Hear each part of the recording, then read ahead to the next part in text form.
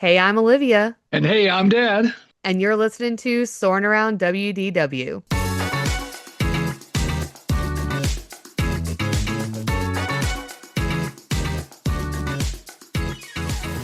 Hey, flight crew, and welcome to this week's episode. We know that most likely we are in the same boat as many of the podcasts that you listen to, in that this week's episode is focused on D23, of course, and its announcements, or lack thereof. We'll get into that in a minute, at the most recent fan event in Anaheim. But of course, we wanted to share our thoughts and opinions too, like everyone else. And so, yes, here is the episode, likely saying some similar things to other people that you have heard, but of course with our own twist. This is a piece of our podcast that I think is super unique because we have myself, who is a nostalgia queen and is scared of change at times, and then Dad, who has seen the parks throughout decades with his own eyes, but really anticipates change and can get excited about it. So let's see where each of us fall with these announcements that they made. We also have had friends who actually attended over at Idiot's Guide. So be sure to check out their episode that they posted all about D23 and the recap. They actually recorded it the night after the event and were up super late doing that and pushed that episode out the Monday after D23. So they had some really great takes, some really awesome insight to actually being there at the event. So that was a really fun listen. Be sure to go and listen to them in that podcast episode. I'm sure being there is actually a totally different experience than being at home watching a live stream on a couch. And I'm on a mission to be there for 2028. So we'll see if that happens. But I'm definitely looking forward to what's to come and looking forward to this discussion here with you tonight, Dad. Sounds good, and maybe I'll join you in 2028. You never know, right? Oh, yeah, that would be great. That would be so awesome. If you are newer to the Disney space or don't know a lot about D23, you might be asking, what even is D23? Well, here is a quick background because we wouldn't be who we are without some history thrown in there. D23, officially known as D23, the official Disney fan club, was created by Disney in 2009 with the name combining the D from Disney and 23 for 1923, the year Walt Disney founded the company. Bob Iger introduced the club in March 2009, and later that year, Disney held the very first D23 Expo at the Anaheim Convention Center. The original idea was to create an official community for Disney fans, with the expo bringing together Disney history, merchandise, Imagineering, entertainment, celebrity appearances, and sneak peeks at upcoming projects. The first expo in 2009 established much of what D23 would become known for, including displays from Walt Disney Imagineering, the Disney Archives, collectibles, exclusive merchandise, and major announcements about upcoming movies and theme park projects. After that first event, Disney decided to make the expo a biennial event with smaller Destination D events taking place in the years in between.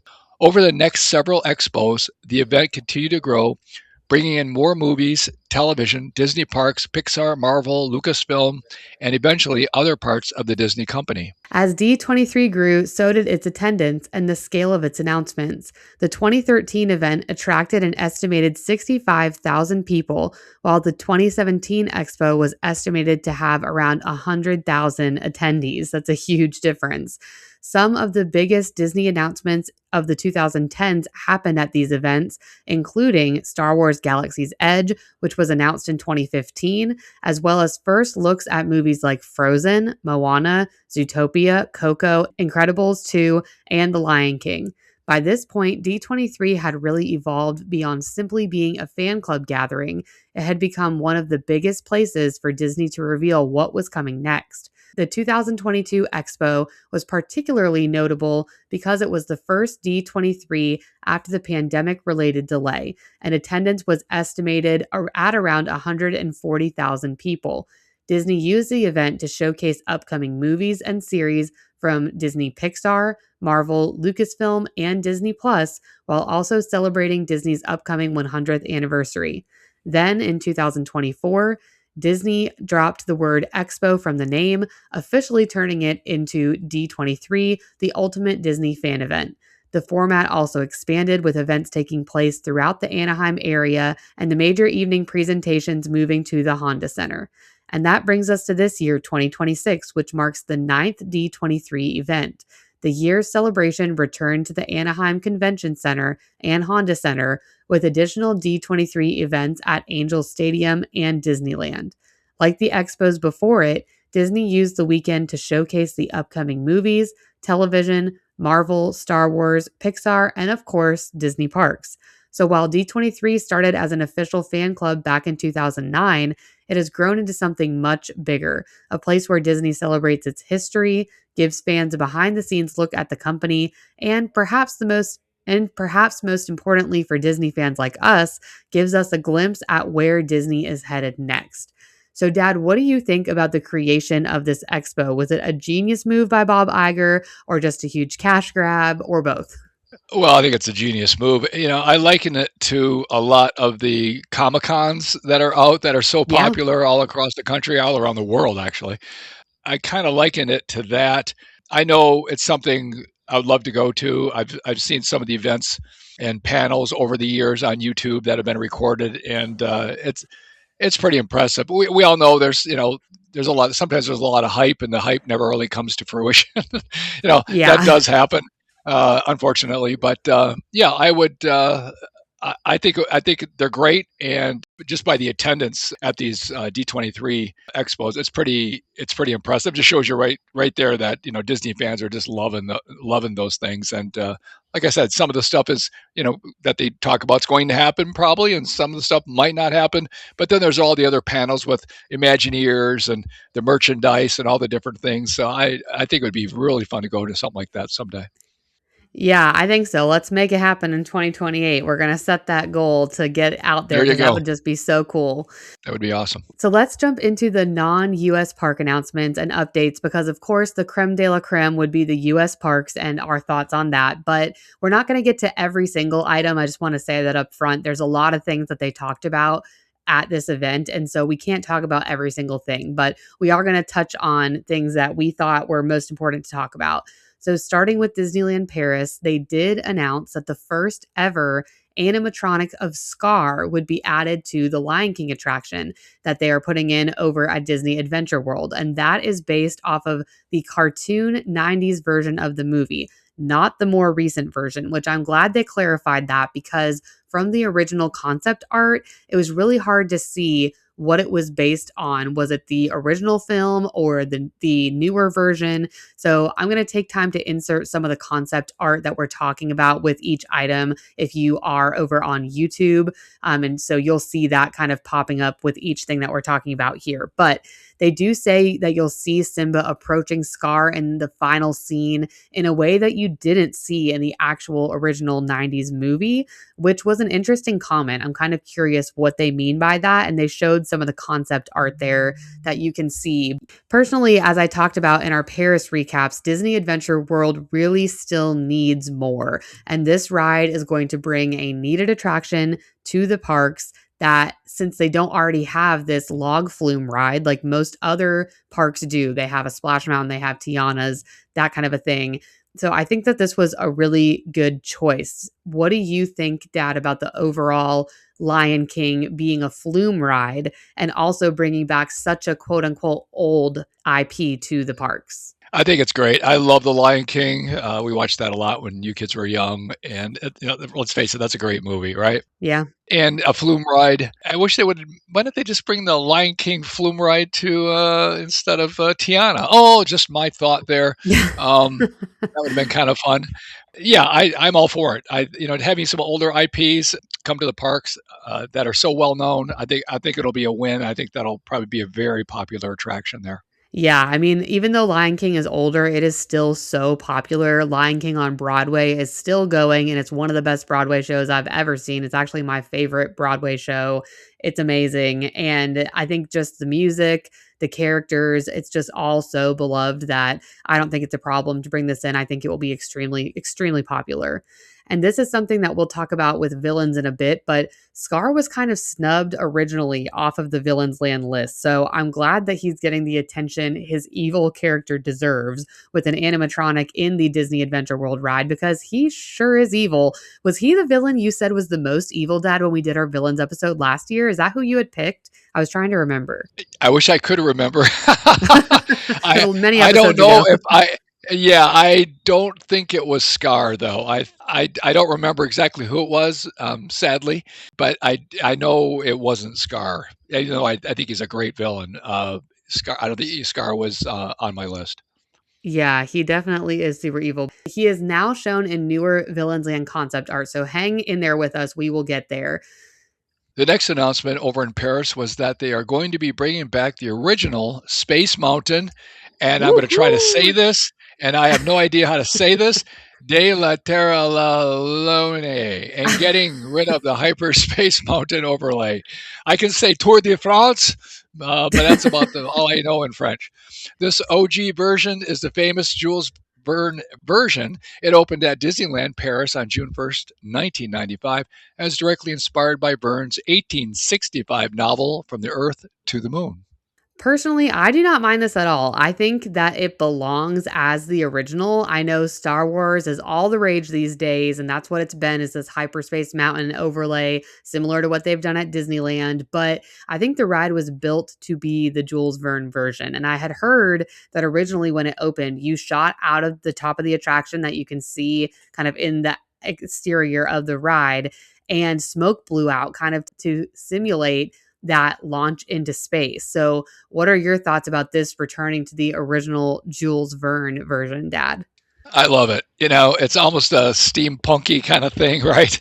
Yeah. Yeah, yeah. Why not? I would love to see that happen if that's what they're going to do. You know, we never know if things are going to shake out or not. But if Yeah. they do, I think that would be great. I would love to see that happen, and I'd love to go over there and ride it. Yeah, I wish that it would have been that version when we were there. I mean, it still was a really cool ride as we talked about in our Paris recap. The restraint system on that ride is absolutely horrible, but it would be really cool to see this version. So that would make it worth it for me to go back on it. I don't think I would go back on it if it was the Hyperspace Mountain version again, but I would to see this original version. Now on to Tokyo Disneyland. They announced Space Mountain Earthrise. This version of the ride is being completely rebuilt and reimagined for the indoor space coaster, opening in 2027 as a part of a $630 million overhaul of Tomorrowland there in Tokyo. The new experience features an upgraded ride system, a unique terrestrial inspired story, and an iconic Earthrise homecoming finale. Tokyo Disneyland also announced that the new ride Sugar Rush Sweet Rescue will open in spring 2027. It's the world's first Wreck-It Ralph themed Disney attraction. Located in the redesigned Tomorrowland, the indoor interactive ride lets guests enter the candy-coated video game world to help Ralph and Vanellope. It is an indoor interactive shooting dark ride and reminds me a lot of like the Buzz Lightyear attractions. I love the idea of bringing Wreck-It Ralph to the parks, and Tokyo really knows what they're doing. Dad, what are your thoughts on these two announcements between Space Mountain and Wreck-It Ralph?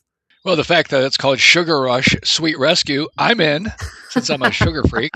Yeah. But yeah, Wreck It Ralph, I love it. That would be great to bring that back. That's what's going to be the shooting ride, you said, right? More of a Buzz Lightyear type shooting ride?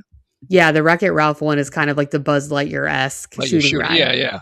Yeah, you can never get enough of those, right? Especially if you have your own gun and you don't have to share, the controller like we did at Disney World for so long. So, Yeah. yeah, I think that'd be great. Yeah, I do too. I'm glad they're not like copy pasting Buzz Lightyear and like, doing something Right. a little different over there. So I like that idea. It definitely just makes me want to go to Tokyo even more because I love everything that they're doing over there. I'm like, bring it on. Sounds awesome. Can't wait to see of the things that they come up with before we eventually get over there. They also told us more about the Disney Cruise Line ship Believe that will feature Tinkerbell and then Buzz and Woody on the front of the ship, I believe. I believe in the Believe. I'm trying to remember what they said, but that sounds cool. And the cruise stuff isn't as much my jam. So I know they'll be capitalizing on the cruises. They've been pushing out ships like crazy, adding tons of new itineraries. People are really into cruises. And while we are doing a Disney cruise next year, it's definitely not, I'm such a parks girl. It's definitely not my favorite thing, but I'm excited to try it again. It's been a long time since I've been on one. The announcements here were kind of boring. The lady that was doing the cruise announcements was like, the magic and wonder are returning to Alaska. And it's like, She made it like all hyped, but it's the same exact thing they've been doing for the last however many years. And then she's like, I want to do those things. They're on my bucket list. And I'm like, okay, great. Thanks so much, lady. Like, no one cares. So I don't know. It was kind of meh to me. That whole section with the cruise was just like odd. But the next section before we get into Walt Disney World and Disneyland park announcements would be the movies. They announced multiple different movies, starting with Frozen 3, of course. Frozen 3. Oh my gosh. I know. We knew this Just was let it going to be go. coming. Just let it go. Let it go. Let Yeah. it Just go. let it go. This is scheduled to release next Thanksgiving, so November 24th, 2027, with a new wedding scene, a new villain, and a new love interest for Olaf named Samantha, and of course, new songs. So, are we excited for Disney stretching Frozen, or is this like too far?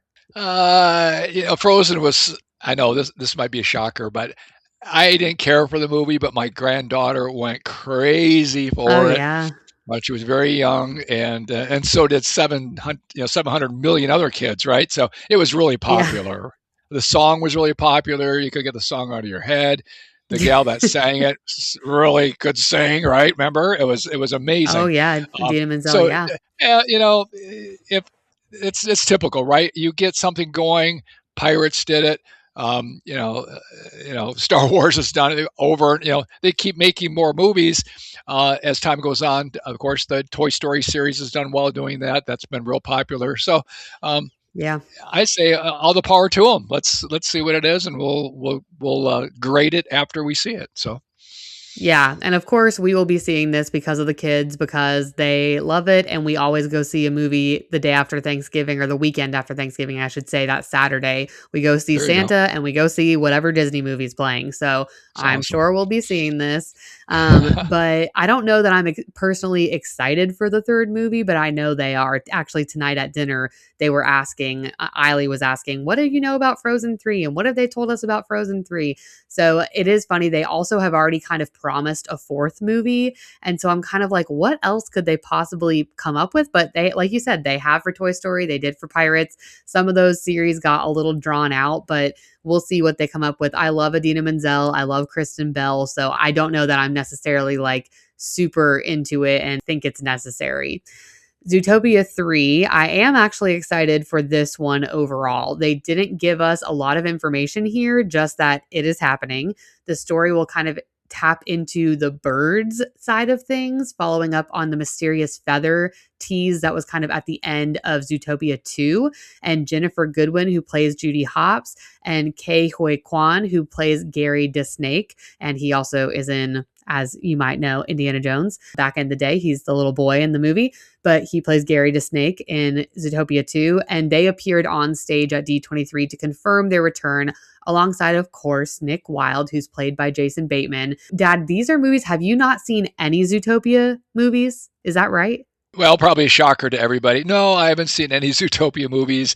Oh, Not man. that I'm sure I probably would love them, but I to convince my wife to sit there and watch what a lot of people consider like kids movie, right? Yeah. Without kids, Makala, she's almost 18 years old. She's not going to sit down and watch Zootopia with us, probably. Your kids are up there in North Carolina, so yeah, I have not seen it.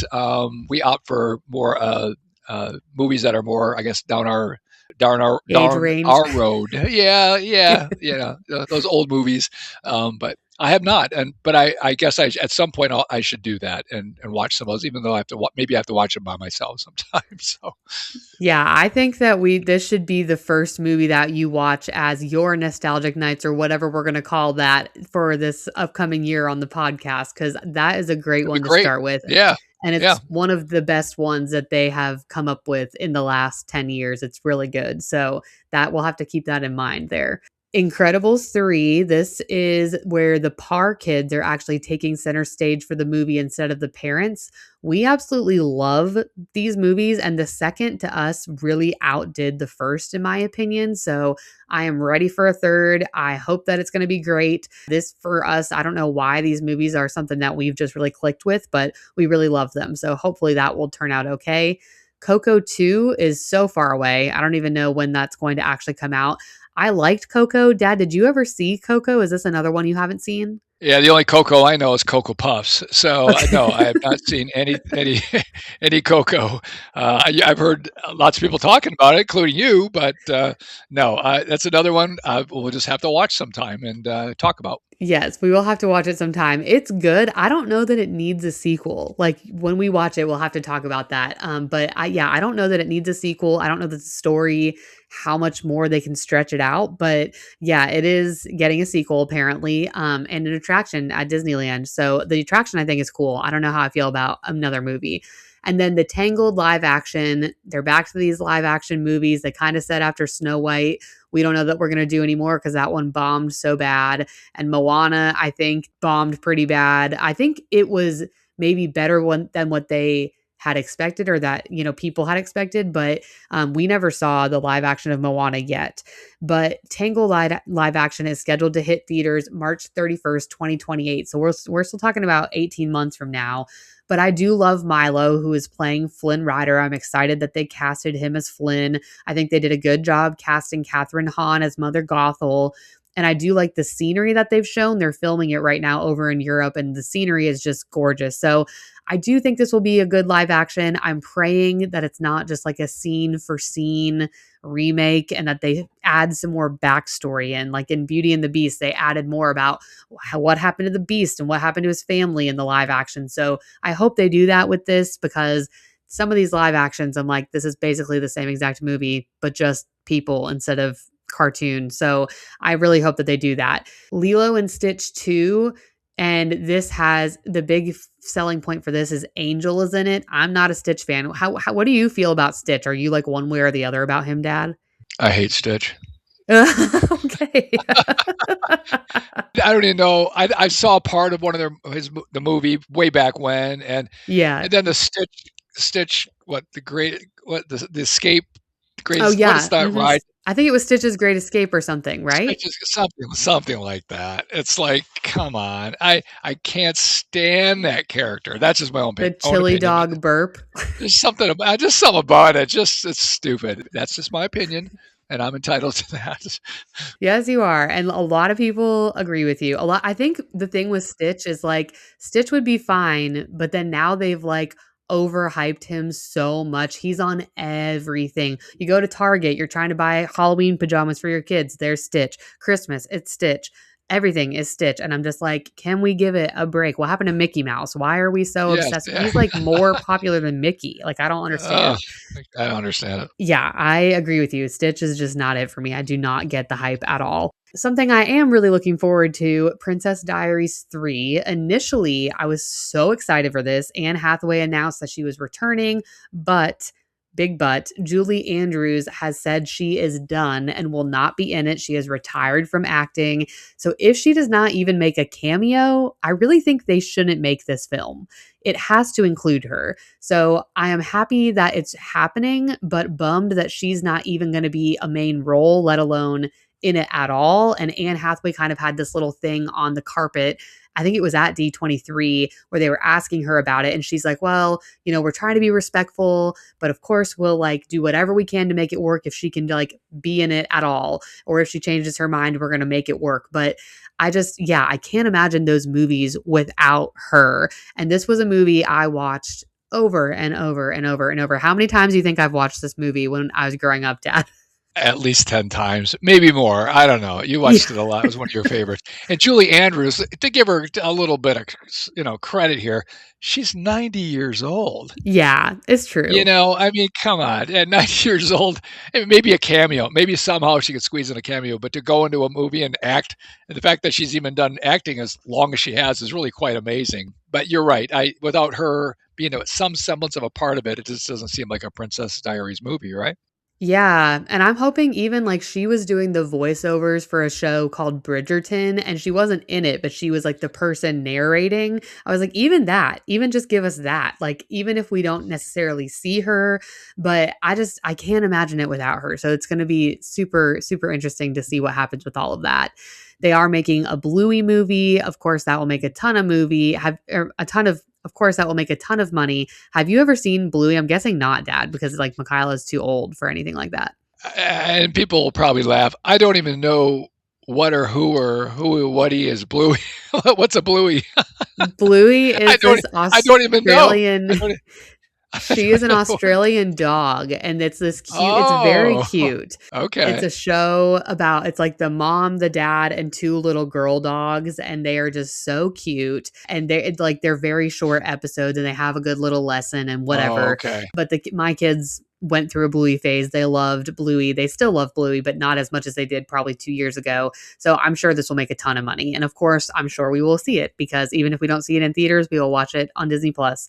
Right, and just so the listeners know, this is why we don't do, you and I can sit here and do Disney movie reviews because you have watched all of them. I haven't watched half the stuff in the last 15 years, right? I love the attractions. I dig all that. The movies, sure. And I know all the movies from the 90s when you kids were young because we watched all that stuff, right? Oh, yeah. Pocahontas and Beauty and the Beast and Lion King Monsters and away we Inc. go. Oh, Hmm. yeah.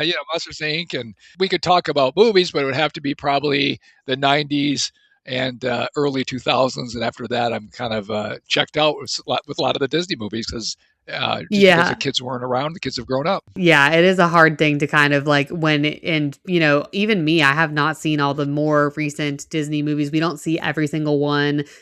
Going to the theaters is expensive, so it's not something we do all the time. But there also is the new Star Wars Starfighter movie with Ryan Gosling.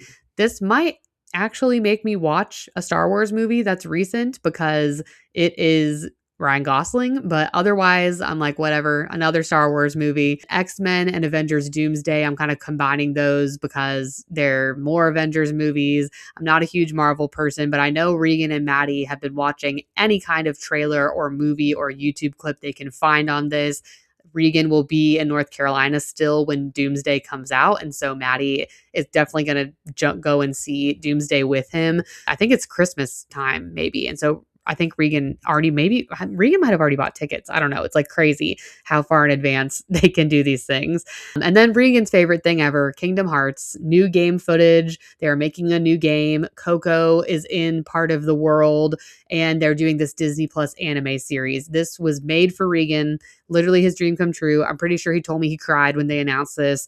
My kids would probably love these games as they get older, and they would probably watch the show, but it is like a cool concept that it involves Disney characters in this video game. But yeah, I'm sure you remember Regan and Kingdom Hearts, Dad. He was excited about this. I don't know how long ago when he heard about this possibly coming out, and Yeah. this would be the equivalent of me having a new Johnny Quest something come Yeah. out now, Yeah. right? And back when I was, of course, Johnny Quest was my thing. It has nothing to do with Disney, but that was my show back in the 60s. So anyway, I just had to Yeah. throw that in there. Oh, Johnny Quest is great. If you know Johnny Quest, drop a comment because that's some good show. That's a good show, still even today. All right, now for the big, maybe big part of the show.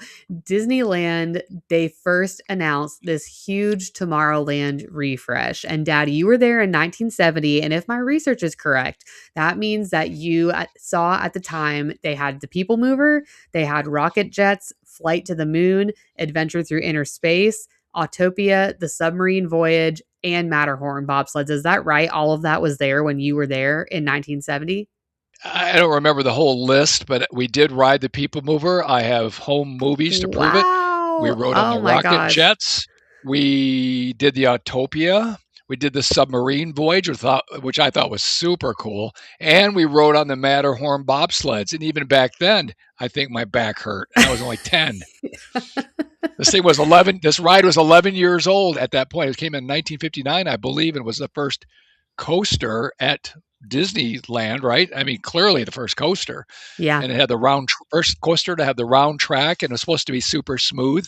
And I remember even as a kid that was still fun, but boy, I felt the whole Painful.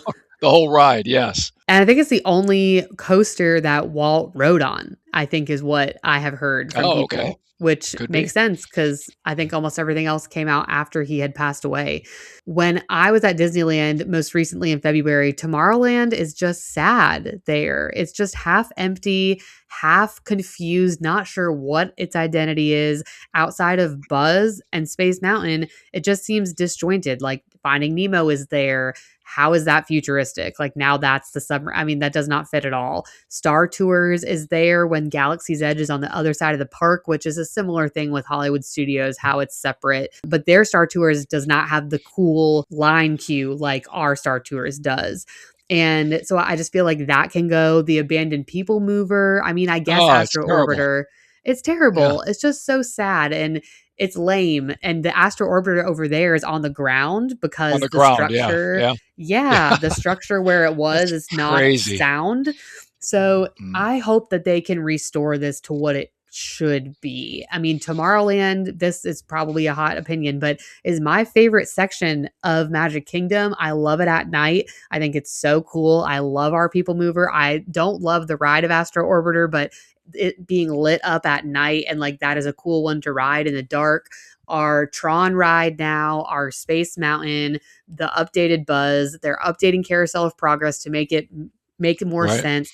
So all of Yeah. these things fit. And I think Monsters Inc. La Fleur will go pretty soon. So they'll be doing something else there. But I mean, I just think that they could do so much more at Disneyland. And I know everyone from Disneyland is like, duh, you're preaching to the choir. But if you've never been to Disneyland, wait to go until they do this Tomorrowland rehaul if you can, because it needs it. It's just really desperately in need. But what are your thoughts on this, Dad, for Disneyland and them doing this overhaul of Tomorrowland?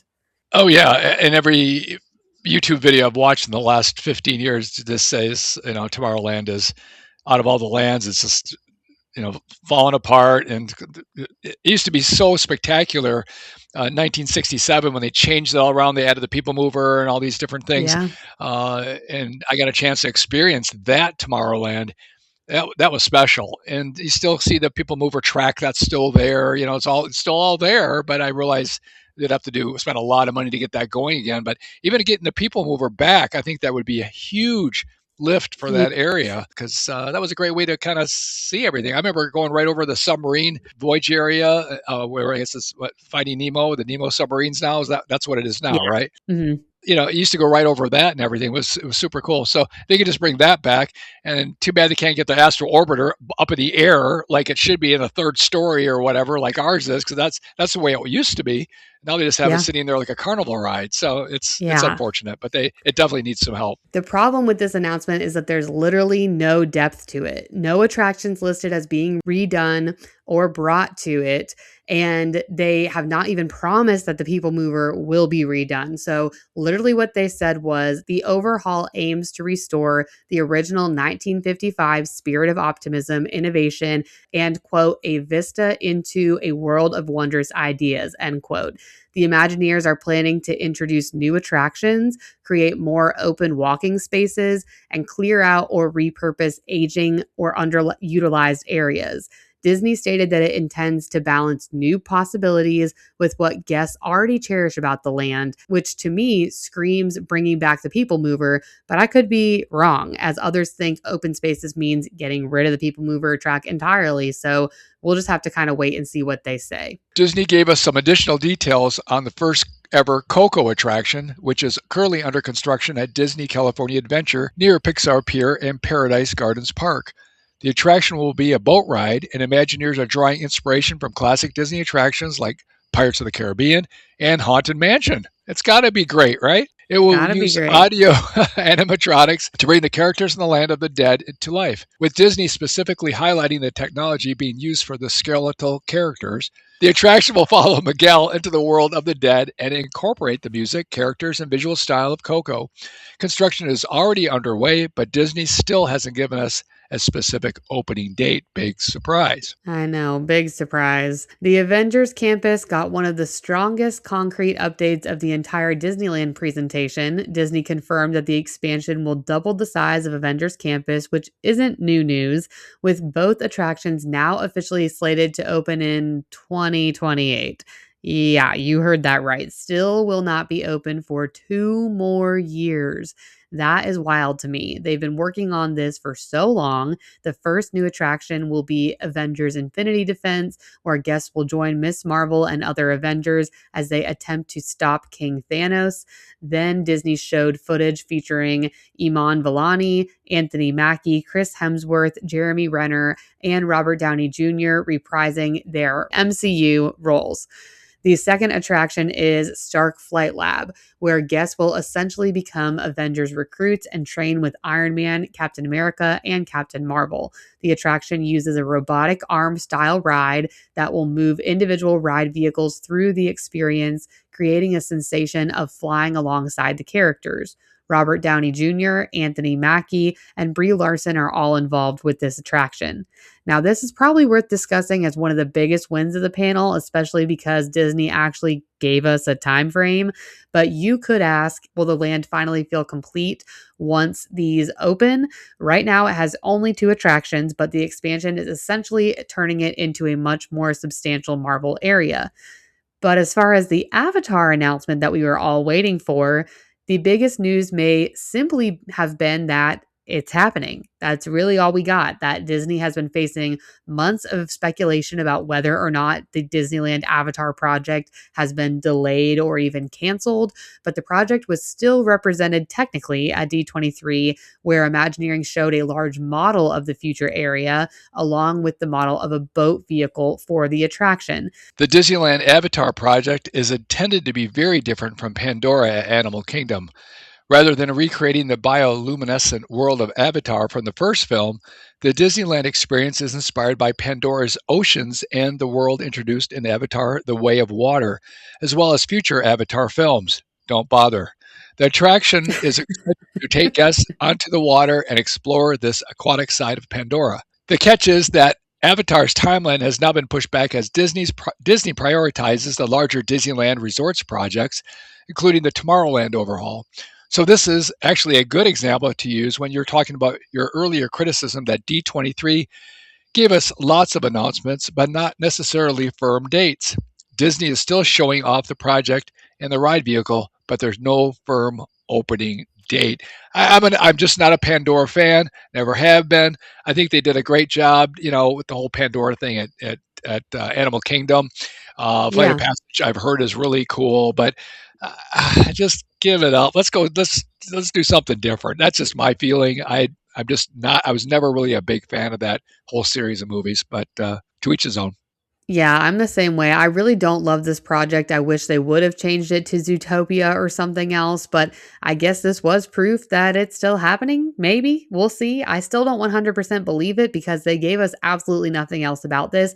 My other thought in the back of my mind is, are they going to shift and keep Disneyland or California Adventure rather, their section and do something like Zootopia, but then take this Avatar concept and attach it to Pandora at Animal Kingdom instead? I would rather have that than have this take over California Adventure. I don't think it belongs there. I think it has nothing to do with that park. So I would rather have them bring more Avatar to Animal Kingdom than that park. But I'm like you, I'm good without any more Avatar, period. I think we got what we need, and that's enough for me. So that's just my personal opinion as well.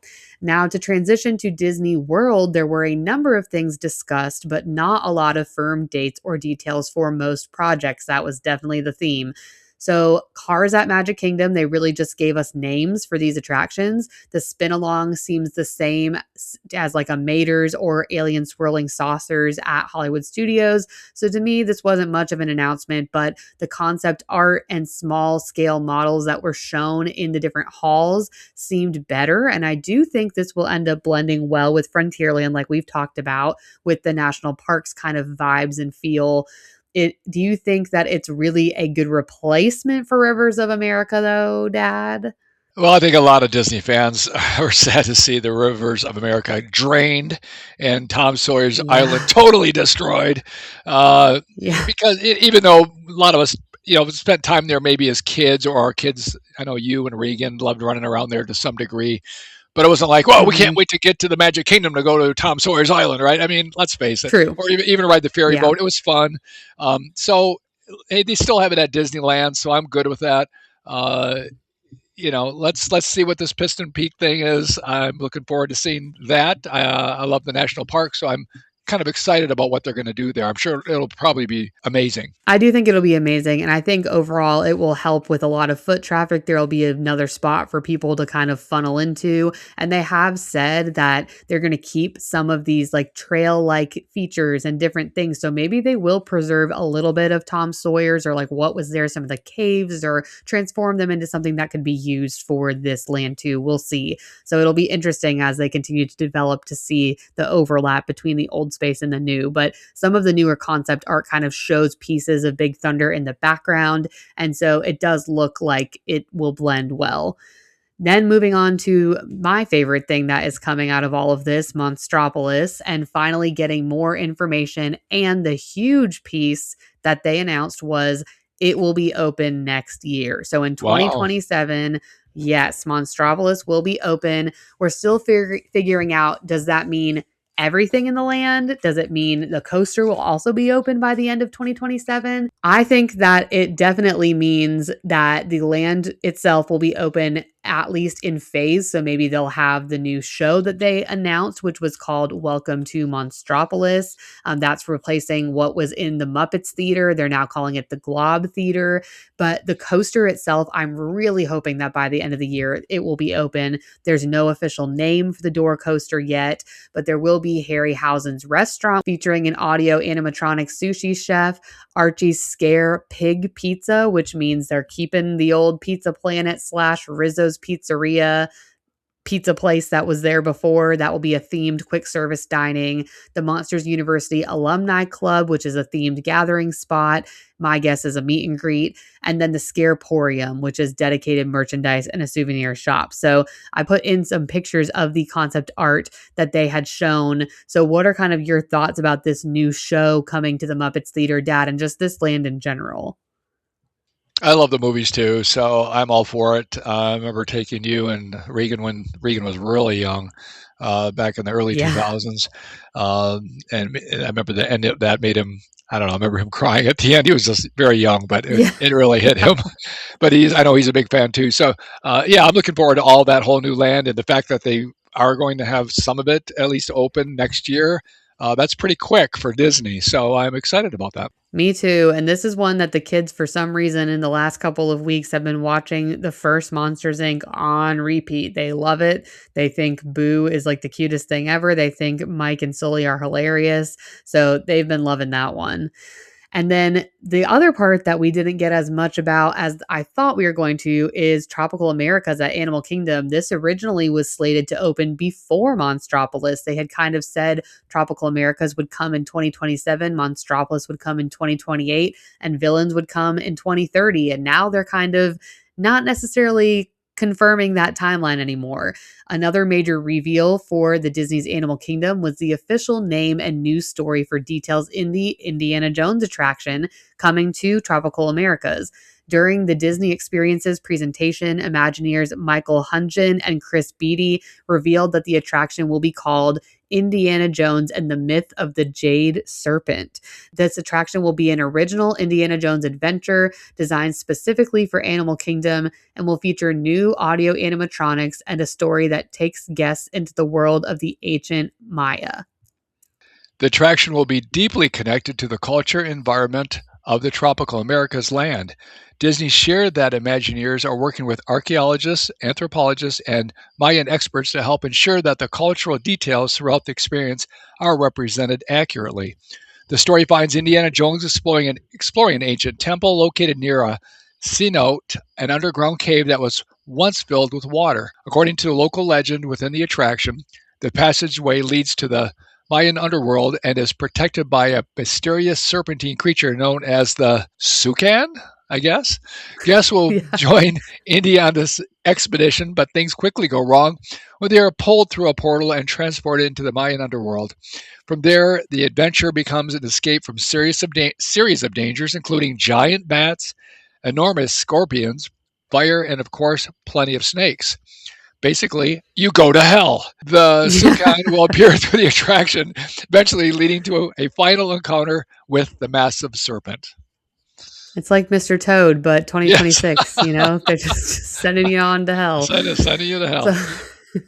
So one of the coolest details revealed at D23 was that Harrison Ford himself will serve as the model for the Indiana Jones animatronic featured in the attraction. And Disney also showed off the enormous animatronic version of Indy, giving fans a first look at just how large and detailed the new figure will be.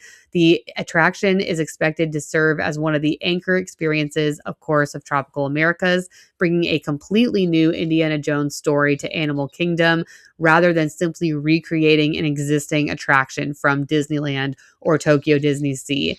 This model of Harrison Ford looks way better than the Walt Disney model. I don't know. I hate to say it, but it's true. I actually think this one, the one in Disneyland that's in the attraction right now, is not bad, but this one is really cool. So, what do you think kind of about the name, the storyline, everything they announced for this attraction, Dad? I think it's great. I think it's a little out there. Of course, the Indiana Jones the whole series are a little out there, but I loved all of them, and I'm Yeah. real excited to see this at Animal Kingdom. This will be a reason for a lot of people to go to the Animal Kingdom just for this attraction alone. For you watch, that'll be for a couple of years. We got to go see that new attraction, the Indy attraction. So, yeah, I'm all Yeah. fired up for it. Yeah. Yeah, I think it'll be so cool. And the actual stuff that they showed of the giant snake is like, what? It's huge. It's going to be so crazy.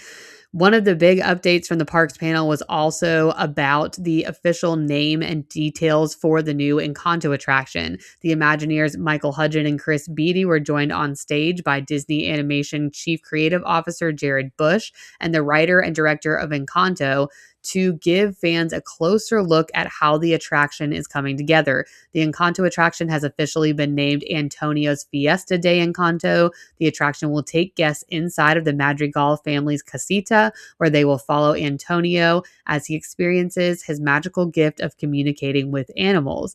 The story focuses on Antonio's connection with the animals and the idea that all living things are part of one larger familia. Several of the original Encanto voice actors are returning for the attraction. Stephanie Beatriz, Jessica Darrow, and Diane Guerrero will reprise their roles as Mirabelle, Luisa, and Isabella. During the presentation, Disney shared behind the scenes footage of the actors recording their dialogue for the attraction.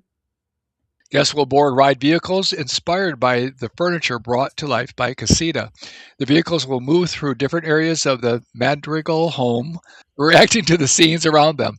The attraction will eventually take guests upstairs into Antonio's room, which has been transformed into a lush rainforest filled with animals. Disney revealed that more than 50 different animals will be represented throughout the attraction.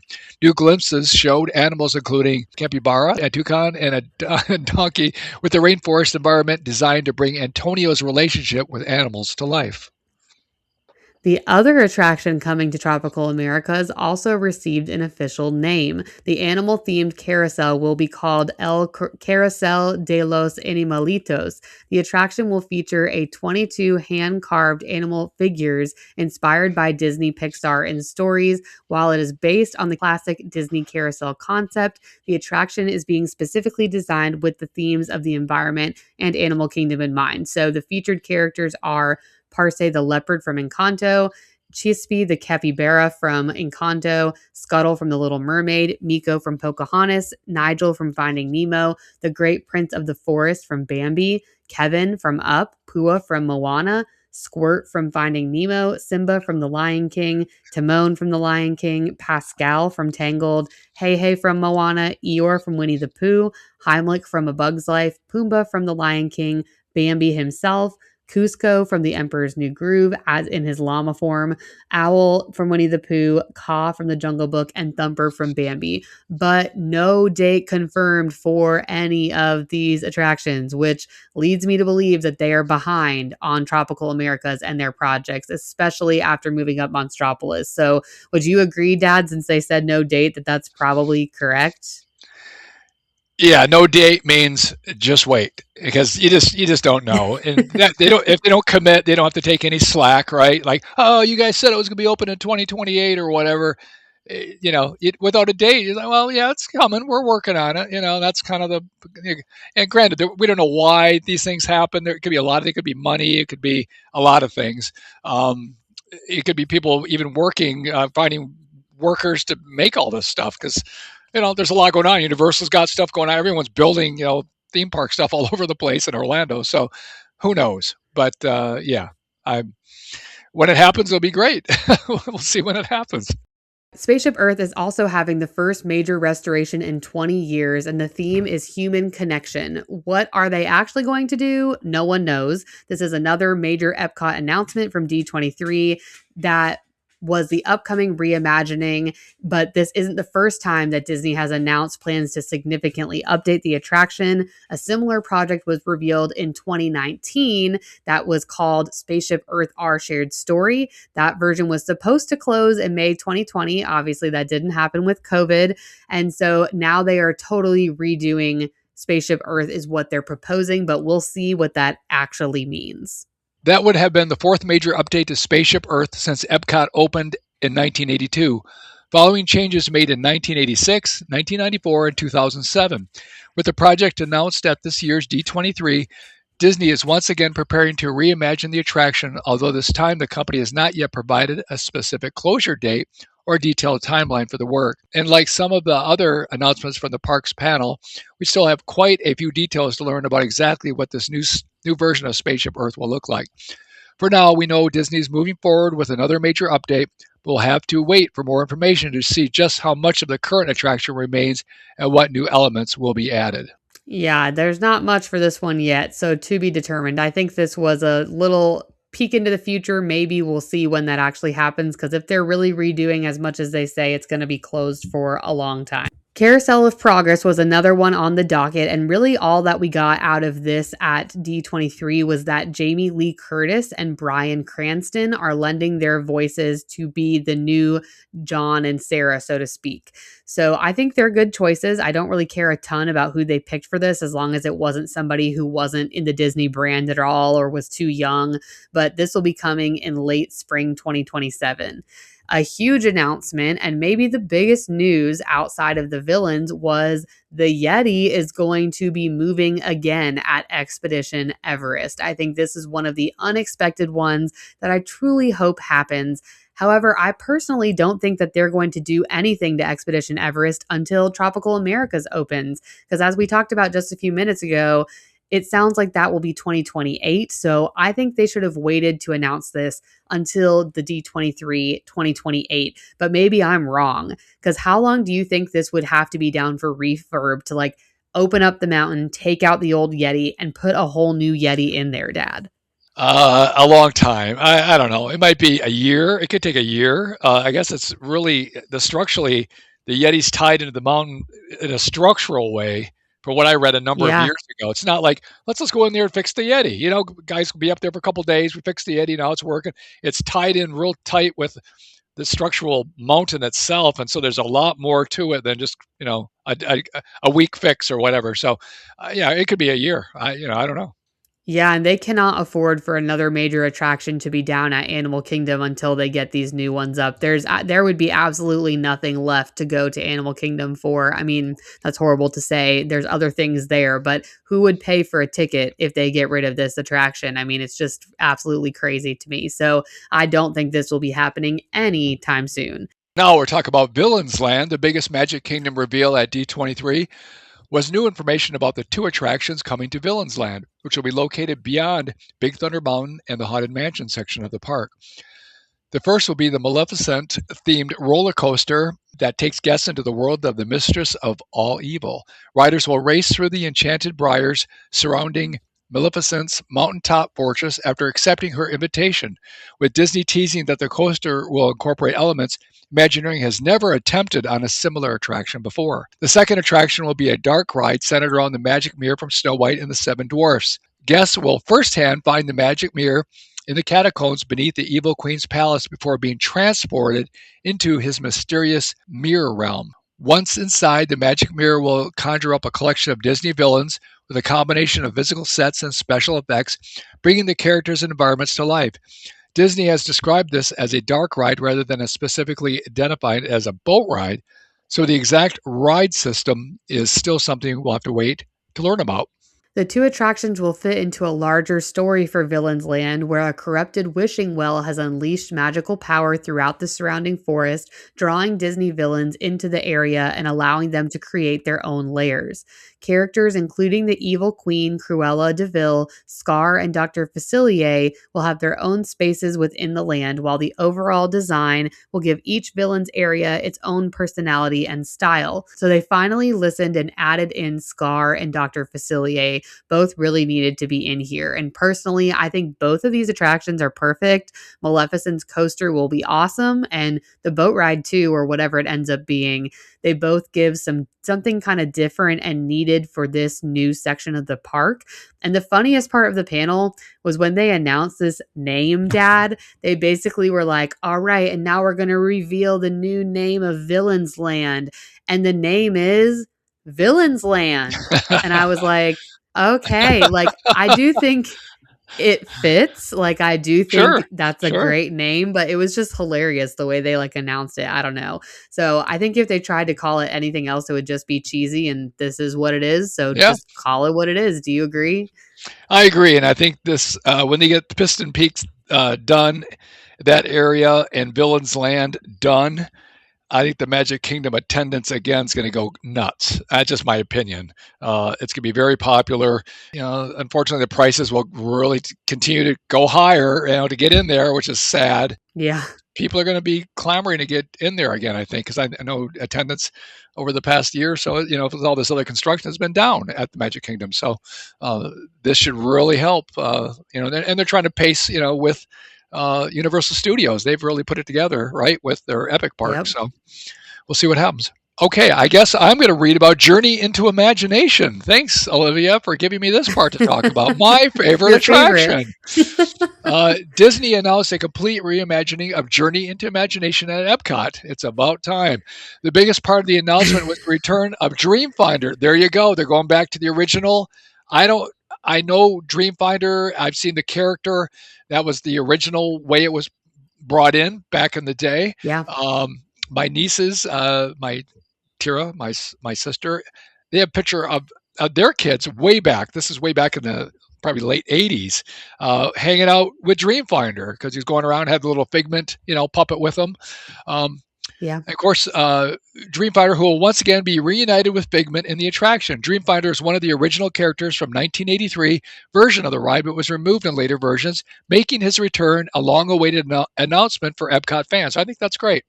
Yay. Yes, the reimagined attraction is expected to bring the original duo back together while giving the classic ride a new experience for guests. Disney has not revealed, no surprise, a specific opening date, concept art, or when the current version will be going down for transformation, so there are still plenty of details to come. And of course, this was considered another vague announcement. Like, when will this actually ever happen? Next year? 2 years? 10 years? In our lifetime? Who knows? But they decided to announce it. So overall, the entire D23 Experiences panel did have some exciting pieces, but I felt like a lot of filler or fluff content was in there. Lots of announcements with absolutely no firm dates. They did not give a single firm date of when something would open, including Monstropolis. They just said 2027.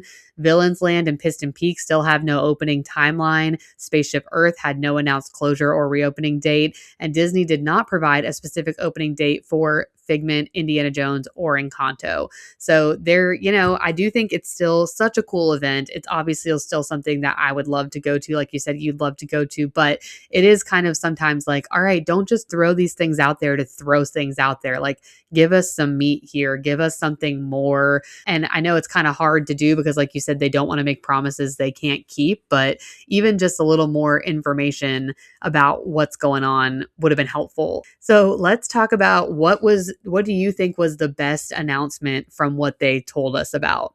I like the whole the Villains Land thing. I know it's projected out there a little bit, but the fact that they had some more depth on the rides that are going to be there, I'm kind of excited about that. There's a lot of other things too, but that's definitely the best announcement for me. Yeah, I think the Villains Land was super cool. I was very excited about Monstropolis coming next year. I think that was the best to me, just knowing it's coming early potentially, and that hopefully they'll stick to that. That's going to be here sooner than we thought. I think that was the best one for me. What about the biggest surprise? Was there one of these things that shocked you the most that you weren't anticipating hearing about? Dreamfinder's coming back. I'm gonna have trouble sleeping Yeah. tonight just because of that. I, I could go all over the map, but actually, that's kind of a surprise. I'd like to see them go back to some of the original stuff they had when Epcot opened, or even when the Magic Kingdom opened. Some of the original things they just let go that were so special, and the fact that they're bringing Dreamfinder back to Journey to Imagination, which I know that's something you really enjoy. Mhm. I was happy. I'm happy they're doing that. So I'll go with that one. Yeah, my biggest surprise was the Yeti. I was like, "Whoa, I was not expecting that." I was shocked when I heard it. Again, it's so vague, no dates. We'll see when that happens, but it will be really cool if they get that thing to work long term because it was wild. We wrote it back when it did work and it was terrifying. So, it would be really crazy to see that working again. What about any of the movies that they announced that you're most excited for, Dad? Or are you kind of like, whatever about the movie Well, situation? I don't. Yeah, I don't do a lot of these movies again for the reasons I talked about earlier. But I really like The Incredibles. So The Incredibles 3 is probably one. If I had to pick one, would be the one I'd be excited about probably the most. Yeah, I think outside of Princess Diaries 3, if Julie Andrews isn't involved, Incredibles 3 would be my top. So if Julie Andrews makes any kind of appearance, that Princess Diaries 3 is probably my top, but if not, Incredibles would be my top for sure. Let's hear from my friend Virginia and her hot take for the podcast. So let's listen to what she had to say. Hi, Olivia. It's Virginia from Where I Long to Be podcast, responding to your call for hot takes. My hot take is that entitled frequent park goers are just as bad as live streamers. Back in the day, there were not very many live streamers, and so they did not get in people's way, and it wasn't really a huge deal. In fact, those of us who don't live in the Orlando area really relied on those people to get our feel of what was going on in the parks. These days, there are so many of them that they really have become a bit of a nuisance because they are talking during attractions, sometimes having lights on during attractions. You don't want somebody else ruining your experience. So my hot take is that frequent park goers can do the same thing. If you are somebody who has the privilege of going to the parks on a regular basis, you need to pay attention to other people. Some examples that I am thinking about are reciting attraction scripts where others can hear you. Just because you have been on the Haunted Mansion a million times does not mean you need to recite along with the script in the stretching room. It's someone else's first time. Do not ruin it for them. Calling out unnecessarily on rides. And I'm looking at you, Guardians of the Galaxy, when he says, what do they call themselves? If I have to hear another person say drunks or something of that nature, I'm going to lose my mind. It's one thing if a child calls something out, but adults just, keep your mouth shut during that part. Do not feel the need to make yourself the center of attention. Another example would be yucking somebody else's yum. So just because somebody else likes something and you don't, does not mean that you have to tell them that their opinion is invalid. Someone might think, for example, that Barnstormer is the best ride in Magic Kingdom. And if you think that that is the best ride in Magic Kingdom, good for you. That is the best ride for you. It doesn't mean it has to be the best ride for me. Everyone knows how much I don't like Stitch, but I recognize that there are millions of people out there that love Stitch, and I love that for them. Have your favorite thing, and don't make somebody feel bad because they like something that you don't in particular like. If you listen to my podcast, you know that I really believe in being a good audience member when you're in a show. When I'm a park goer, I feel like my job is to make sure that I am not getting in the way of somebody else's experience. And in fact, what I want to do is I want to add to their experience. So I'm going to offer assistance when I can. I'm going to suggest new things to people and not gatekeep information that I have. I'm going to pixie dust somebody if I have the opportunity. I want to be a positive part of somebody's vacation and their memory. And if you do that, you can trust me from experience, you will walk away feeling like you're the one that got the magic. So that's my hot take. if you have the privilege to go as often as I do, as often as Olivia gets to go, it's our job to make sure that we are contributing to the magic and not taking away from somebody's magic. I have a whole list of other hot takes at the ready, Olivia, if you need any more. So please let me know. And now I will give a quick plug for my podcast. Where I Long to Be podcast is primarily a trip report podcast based around all of the Disney properties, Universal properties worldwide. So that includes trip reports to the parks, but also to places like Aulani, Hilton Head Resort, and other magical places like Efteling in the Netherlands. And if there are other parks that people are visiting in the same way that they would visit a Disney park or Universal parks, I'm thinking specifically about something like Hershey Park or Knott's Berry Farm, I would love to do trip reports on those locations as well. The format of my podcast is a pre-trip interview to talk about all of their plans and how they're going to structure their trip, how they came to their trip decisions. Then I do a post-trip interview that is released as a separate episode where they talk about how everything went. On occasion, I do non-trip report episodes that I like to call my Off the Monorail series. Those are few and far between though, so mostly trip reports. If you can't get enough trip reports, I'm your lady. Come on over to Where I Long to Be podcast. I have a website, whereilongtobepodcast.com. Olivia has been on the show multiple times, and you can look up all her episodes by clicking on the podcast and finding Olivia there. Thank you so much, Olivia, for including me in your hot takes, and I will talk to you again very soon because we have a post-trip report episode to record on your Paris trip. Have a magical day. Okay, so what do you think about Virginia's hot take? Do you agree? Even though I feel like we just yucked on somebody's yum this entire episode, but what do you think about her hot take about people kind of like us that go all the time and making sure that we're not ruining the experience for people when it's their very first time? I feel like we're not like that. So what do you think? Yeah, we've been there so many times. And when we were young with you kids, we took you all the time, and we've been there a lot. We've been blessed to be able to go so much. No, I don't think we do that. I think if people ask or something. I know back in the day when I had like extra fast passes, paper fast pass, and we were like, let's hand these out to somebody, give them to somebody, and oh, thanks, that's great. That's the kind of stuff that we would do for people. Because we realize some of those people, that might be their only time they ever go, right? Yeah. And it's kind of special. I remember when I went in 1970 to Disneyland, it was a big deal. And if someone was there, making fun of a ride or, reciting the script in the Haunted Mansion, it kind of ruins it, right? Or taking pictures on the Pirates of the Caribbean and being like, it's like, shut up. We just want to watch, see the attraction. Yeah. So with the flash on. I completely, back in the Flash days, I completely get what she's saying, and I couldn't agree with her more. Yeah, I agree. I don't know that many people will disagree with this hot take. I know, there's so many things about influencers and content creators and things. And, I vlog in the parks. I do make sure that I'm respectful about it. But it is, even when we're doing every ride challenges and we're in this hurry and we want to be at the front and we need to do this and we're still trying to be respectful of other people and like making sure that we're not ruining somebody else's day. So I think that's a huge thing to think about. Well, that is going to wrap up our episode for tonight. We got through a lot of information. So thank you guys for hanging in here and for listening as always. And we'll be back with some fun new episodes in the upcoming weeks between trip recaps and some fun history things that we have planned. So stay tuned for that. And we will see you guys next week. See you next week. Hey, thanks so much for listening. If you enjoyed today's episode, be sure to give us a follow on Instagram at Soarin Around WDW Pod, where we share fun reels, throwback photos, and dive into weekly polls and debates. If you're listening on Spotify, be sure to follow and hit that 5-star button. If you are over on YouTube, subscribe and leave us a comment as well.